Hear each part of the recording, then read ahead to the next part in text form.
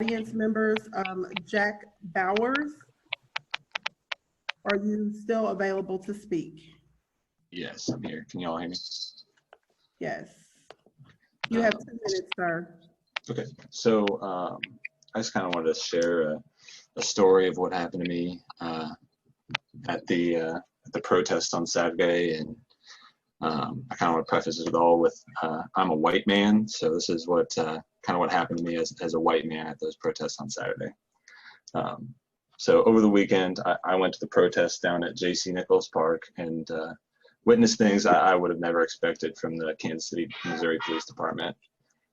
When things began to get tense between police and protesters down at the park, we began to march north, kind of away from where all the tension was on J.C. Nichols Parkway. We came up to a police blockade on the streets, and after standing there for about 20 or 30 seconds, the police began macing everybody who was standing on the street. And I want to make clear, nobody was acting aggressive. Nobody was throwing anything at the police. We did not approach the police. We were standing completely still. And after about 20 seconds, they started macing everybody.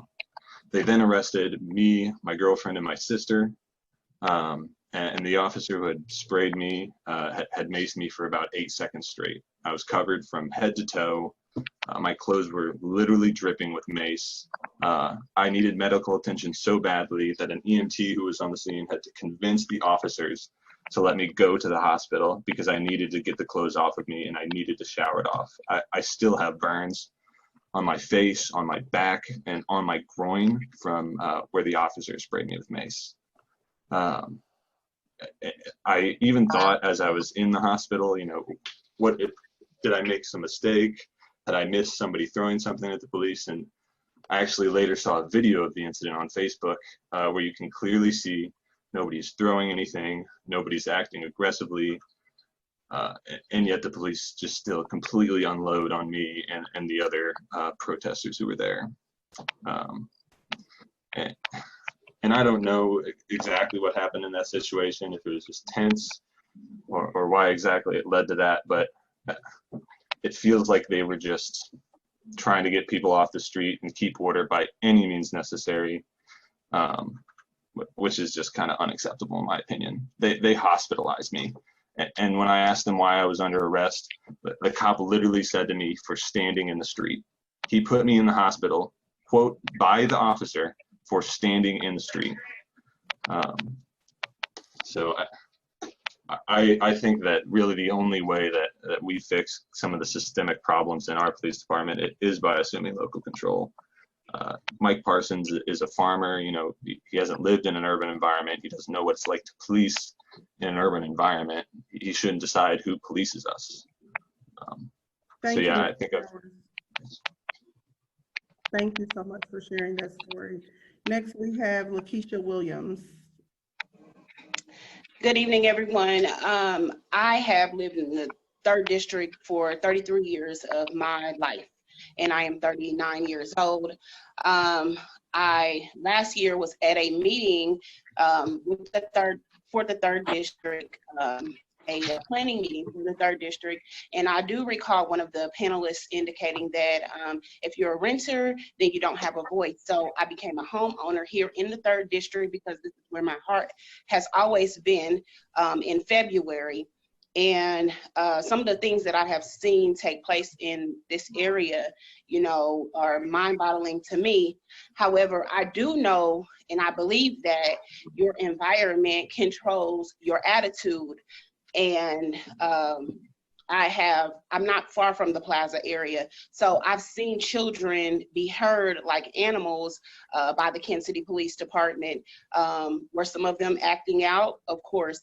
However, I would like to see more of more positive interactions from our police department and more community involvement. I know tonight they even indicated that they're involved in the community, and I can tell you that the only thing I see on my block is police chases with no regards to human life. If anyone's out on the streets, no one's slowing down, and this is a residential area.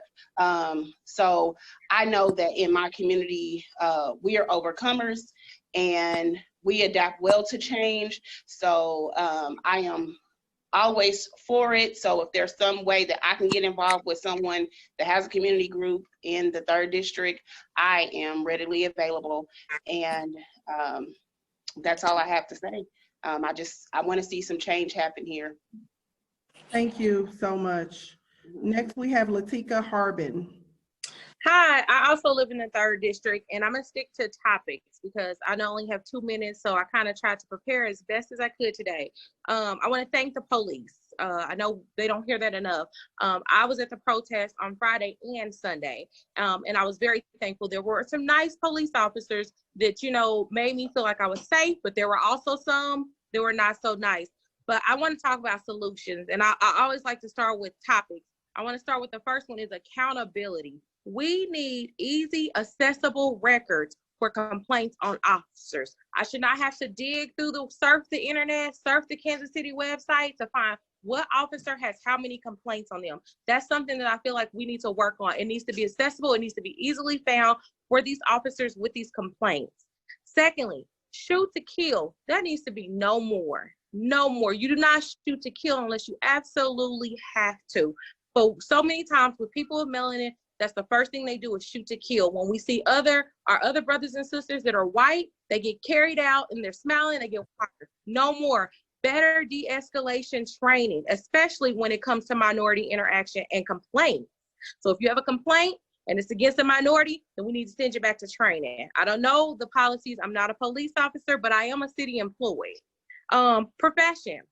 Being a police officer is a profession. It is something you chose. It is your career. Most of them retire. So we need documentation in place for officers, written reprimand. The city has very clear directions on the steps as if you violate any of the policies that are put in place by the city. I'm not sure if the officers know these. So if they don't, then that's something that needs to be put in place. Step 1, we will verbal counsel you. Step 2, complaint. We're going to go to a written reprimand. Step 3, complaint. You will be suspended. If we continue to have this, you will be fired with no retirement. You don't get the opportunity to come back and say, okay, well, let me go ahead and retire. No, you're fired because obviously this is not a profession for you. I know as a nurse and as a soon-to-be nurse practitioner here very shortly, there's a registry with my profession. If I commit any crimes or anything against my profession, guess what? You can find it online. You can type in my name and you can find out everything I did as well as the consequences.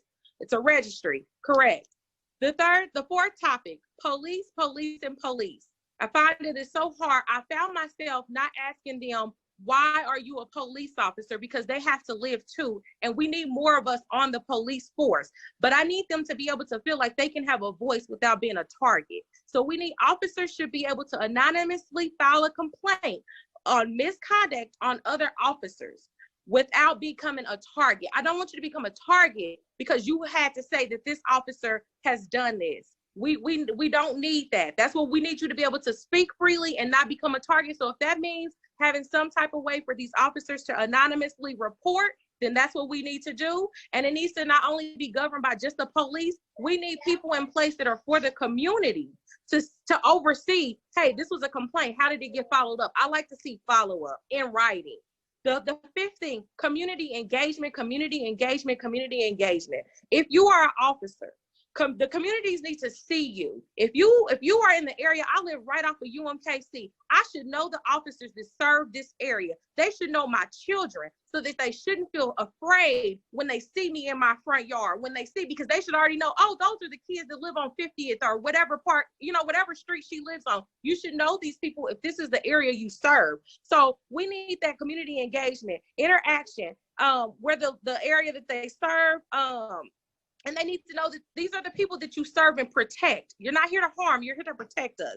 I know my time is running short. I wanna close by, I already said thank you to the police. I was at the protest. I wanna close with saying, we hear the police officers, so many people saying, all cops are not bad. Well, the one thing that we want you to know is not all people of melanin are a threat. We are not criminals. I tell so many people around me who look like me and those who don't. You may like me because you say, hey, she got a master's degree. She's a nurse practitioner. I respect her. You don't know that when you pull me over. You don't know that until you have to read about it because I've been shot. Thank you. I'm so sorry, but thank you so much. Thank you, Ms. Harbin. We have time for one more before we go to our next speaker, and then we'll have some additional time to get people in. Miss Jessica White.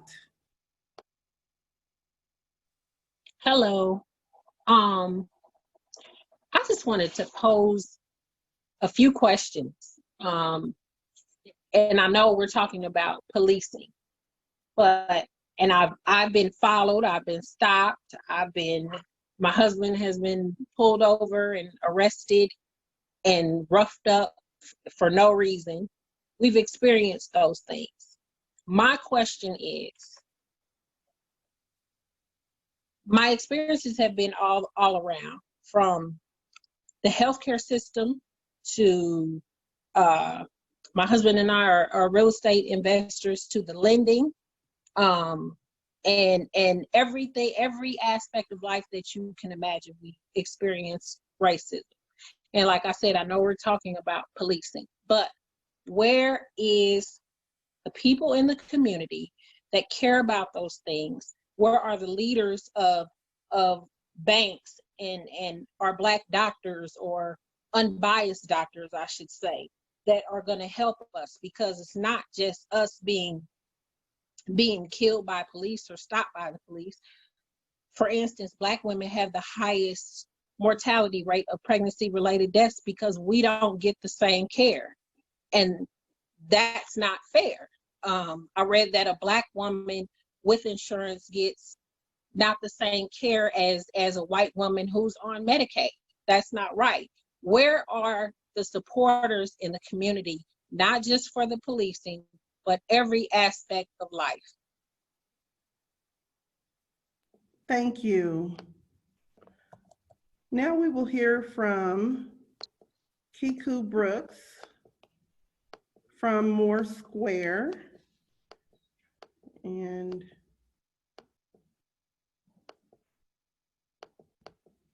we are just queuing up her video here.